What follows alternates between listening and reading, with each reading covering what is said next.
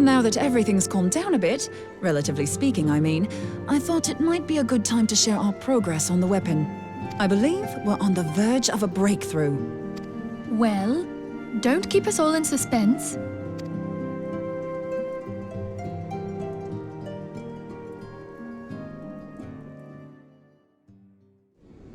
Just in case anyone's forgotten, let's start by reviewing what we already know.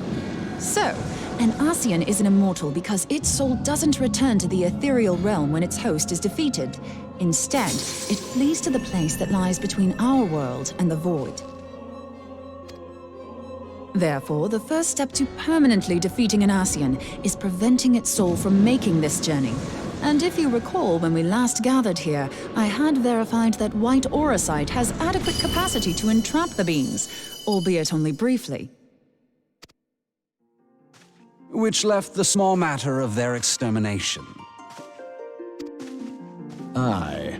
To unmake an Ascian soul, one must needs smite it with a concentrated burst, or blade, of purest ether. However, we wanted for both the data and the means to forge such a weapon. Short of experimenting on an actual Ascian, you see, there's no way to gauge how much ether its soul is made of. As such, we don't know what etheric density our blade needs to have in order for it to work. So we'll just have to make the densest blade we can and hope for the best. Though that would require a lot of ether. Hang on a minute! Why didn't we think of this before? White auracite can hold an absolute heap of ether, can't it? Please tell me you're joking. God's sakes, Ida. I feel as though I'm reliving the same scene over and over with you. How many times do you need to be told that white auracite cannot store ether for long periods? Being intangible matter, ether is given to dispersion. Only in its crystallized form is it a stable source of energy. I will test you later on this, so see to it you do not forget. Right, yes. It's all coming back to me. So our hopes rest on good old crystals again, do they? While they are certainly reliable, they leave something to be desired in the area of portability. Indeed. I am reminded of the quantity of corrupted crystals required to thwart Leviathan, and the extraordinary lengths to which the Lamentsons went to transport them. What if it should prove that a similar quantity was needed to destroy an Ascian soul? Or still more? I do not envy the poor sod who has to lug all of that around, on the off chance that an Ascian appears. That's the very problem we set out to solve. And I reckon we've found the answer. If it isn't practical to lug around the ether we need, we'll just have to draw upon another source. And the only viable source is the land. If you mean to tap the great river of ether, know that it will entail considerable risk. Meddling with the currents may well induce a surge like to the one which despoiled Mordona. Give me a bit more credit, will you? Why would we need to tap the river when there are veritable reservoirs jutting out all over the land? I speak of corrupted crystals. It might be that their aspect is out of balance, but a crystal's a crystal. It contains ether, and we can help ourselves to it. While corrupted crystals are indeed abundant, there is no guarantee that they will be in close proximity at a crucial moment. But what if we don't need them to be? What if we could tap their power from afar, a malm away, say? If we could do that, we'd have ready access to ether aplenty in almost every corner of Eorzea.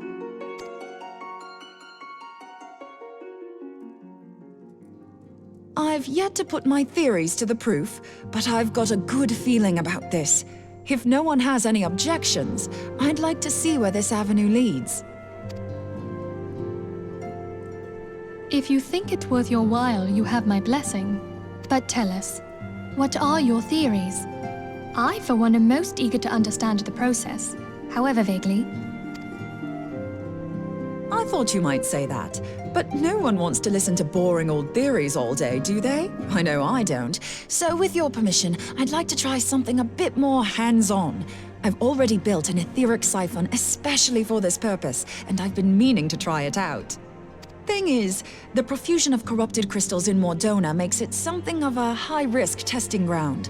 If anything goes awry with the siphon, it would be better if it didn't happen within spitting distance of quite so much ether.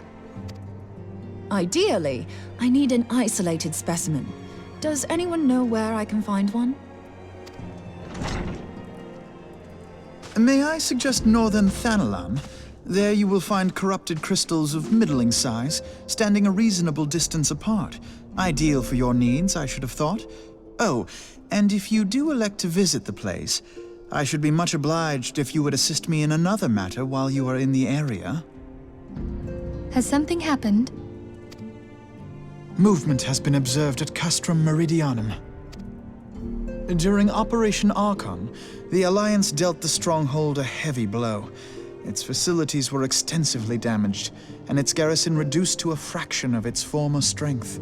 Not long after our forces withdrew, however, their ranks were replenished by reinforcements from Castrum's sentry. They now seek to rebuild, and to this end they have their sights set upon the ceruleum processing plant. Having lost the Empire's support, the 14th Legion lacks the resources to sustain itself. To them, this is a bid for survival, and they will doubtless fight like desperate men. Though I have dispatched the Crystal Braves, I fear their strength alone may not suffice to stay the Imperial assault. I would request the Scion's aid in the defensive effort.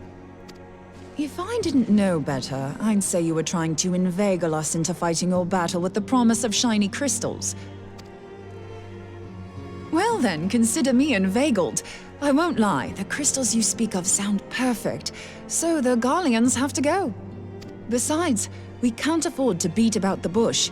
There's no telling when the Arceans will next appear. Thine eagerness to hurl thyself into the jaws of danger cometh as little surprise. Exercise due caution, I prithee. Though you have become a crystal brave, you are yet a scion, Alphino. We could hardly refuse you. Pray, join the Crystal Braves and lend them your support. Thancred and Papalymo shall accompany you.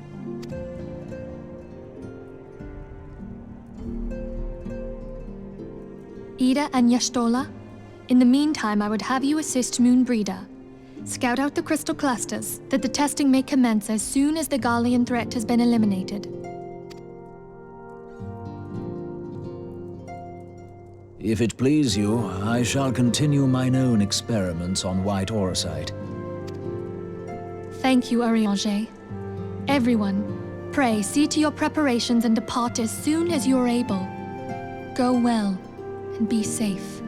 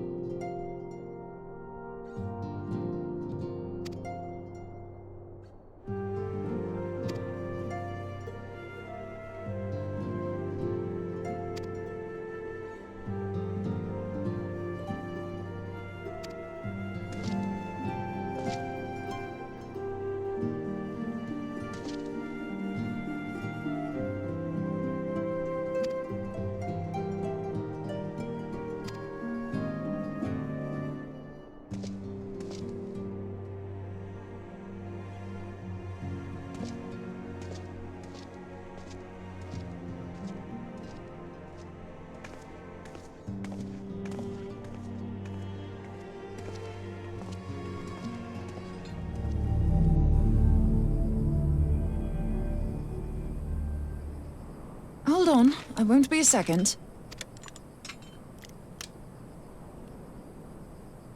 The beast seemed peckish, so I gave it a taste of my axe. I know. As Urianger never tires of reminding me. An axe ill becometh the hand of a scholar. What can I say? I like axes. To hear my mother tell it, I came into this world holding one.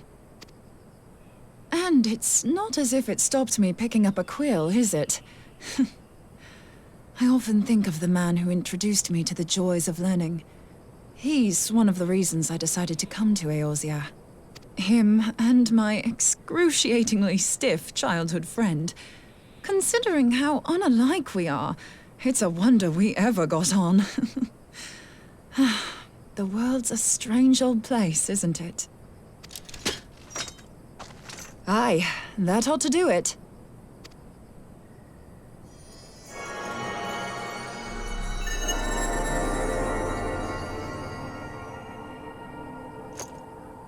So far, so good. At these concentrations, it shouldn't matter too much if something goes awry. Just enough ether to make it interesting. Did you see that? The way the crystal glowed? The siphon works, I'm happy to say. With a few refinements, it should satisfy our appetite for ether, which just leaves the small matter of forging our blade. I'm not sure how to go about it just yet, but I swear to find a way. I'll put a blade in your hands if it's the last thing I do. She senses me.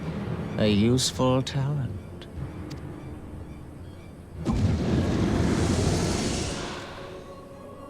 Hanassian, are they onto us? By your brand, I see you are an Archon of Sharlayan. Keeper of knowledge. Seeker of truth. Meddler. I don't know what the hell's you're saying, but I don't much like your tone. Your instincts serve you well. But come, be not unsettled on my account. That lovely brow was not made for frowns. But I waste my breath. Let me direct my words to one who understands them. We meet at last, warrior of light. I am Nabriales. And you have long been a thorn in my side. I suffered the overweening presence of La Habrea that men might host the power of gods, only for you to undo my hard work.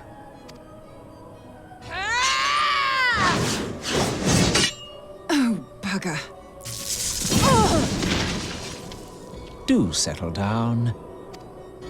You must concede that I acted in self-defense. But what's this? I do not sense the blessing of light.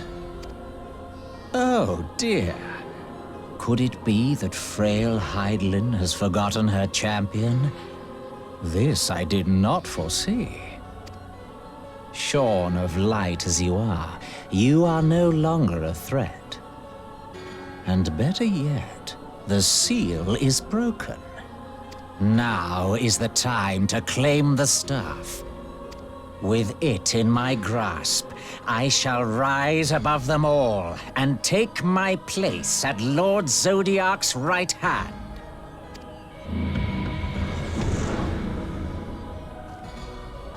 What did that bastard want with us? Nabriales, he calls himself. With charm like that, I'll bet he has maidens falling at his feet, unconscious. But this staff, you say just talking about it had the bastard grinning like a brat on his name day. Must be quite a staff. Oh, gods. He means Tupsimati, Master Louis Soir's staff. Minfilia's in danger. We have to get back to the Rising Stones.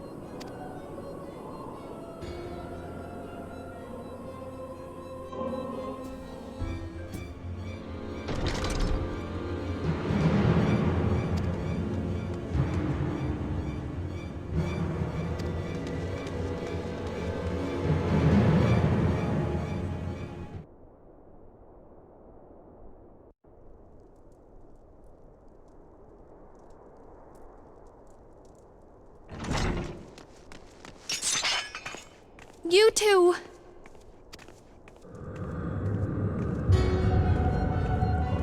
So, you were able to divine my intent. What now, warrior of light? Ah, but that name is no longer fitting.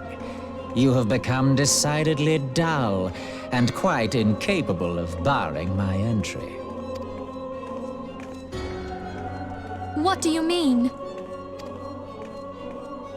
You truly do not know? Then I suppose it is only right that I enlighten you. The blessing of light kept you and your fellow meddlers safe. It was that which prevented my kind from entering your domain. My kind, I say, though it had no power over the likes of Elidibus and La Habrea. Being of this world, they could come and go as they please, while I could only look on. But I need look no longer. Now that the seal is gone, I mean to act. Unlike the others, I am not given to waiting. I shall take that staff and bring about the next rejoining. Rejoining? Then it was your doing. The Isle of Val, the scholars, all of it.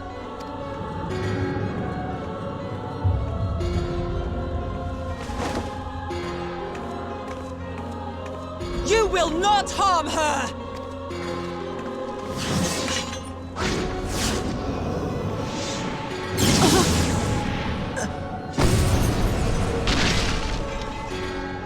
Moonbreeder! Why must you insist on forcing my hand? Did you learn nothing from our last meeting? Ah, but I forget. My words fall upon deaf ears. The staff is but a broken relic, a memorial to the departed. What possible use could you have for it?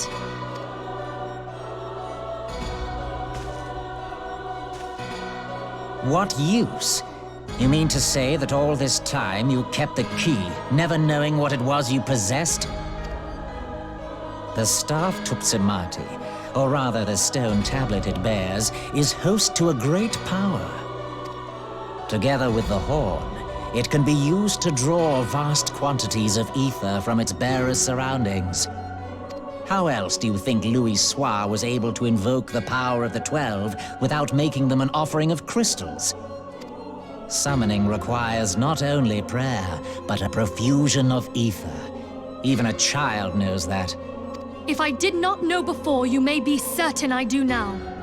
But above all, I know that we cannot allow this staff to fall into your hands. I will die before I let you take it. Insufferable woman. I would happily end your miserable life here and now. Alas, Elidibus would never let me hear the end of it. Very well. If you will not part with the staff, I will take you too.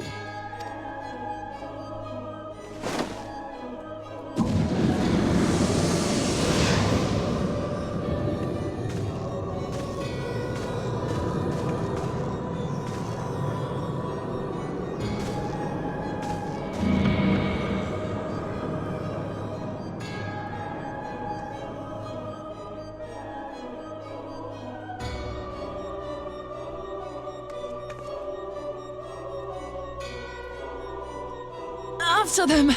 Quickly! Before the rift closes!